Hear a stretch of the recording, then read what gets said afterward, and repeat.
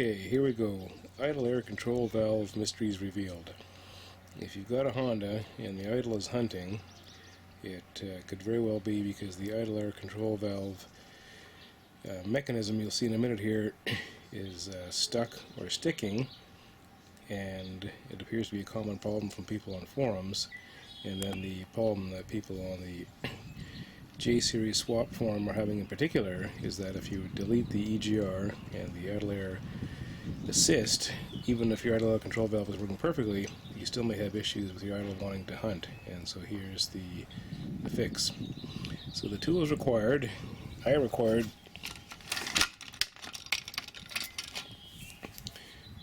this bad boy here, the little impact screwdriver to get these freaking screws off of here, and then you need a 12 mil socket with a short extension to get the throttle body off the intake, and then the screws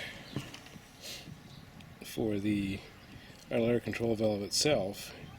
They're called a pentalobe, and I thought I had one of those tools in my repertoire for sure, but no, I did not. And so rather than try and get some, just used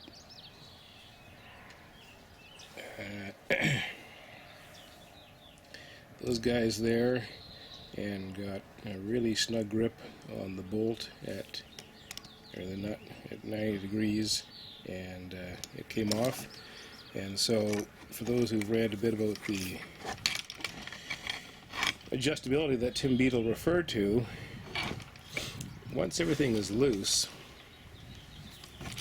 then you can rotate this guy back and forth, because the holes that the fasteners go through are oblong, and so there's your adjustability. So aside from cleaning it, then the next step is that after, as I said, the idle air assist and the EGR have been deleted, you're going to need to loosen those fasteners off and then adjust it till you get your idle to be where you want it to be, and then tighten it down. And I guess the reason these fasteners are very oddball fittings is that the Honda folks figured that nobody needs to change it once the factory settings are done. Note, when putting this thing back together, you'll see that little indexing key at the top there.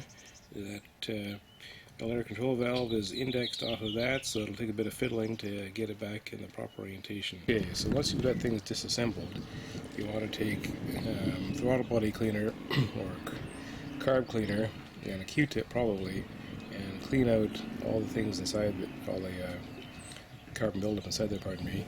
And then as far as what's supposed to spin freely, this is a little bit magnetic, which is not surprising. When you apply voltage to it, it causes the idle air control valve to rotate. And so according to Tim Beadle, the key is to make sure that this piece here spins very freely. And then, as I said, the adjustability in terms of your idle setup is coming from the fact that those holes there are oblong, allowing you to rotate it back and forth until your idle is just right. So thank you to Tim Beadle for this quick tip on your idle air control valve. Over and out from sunny Vancouver, actually south of Vancouver, BC, as a Tawasin in mid-April.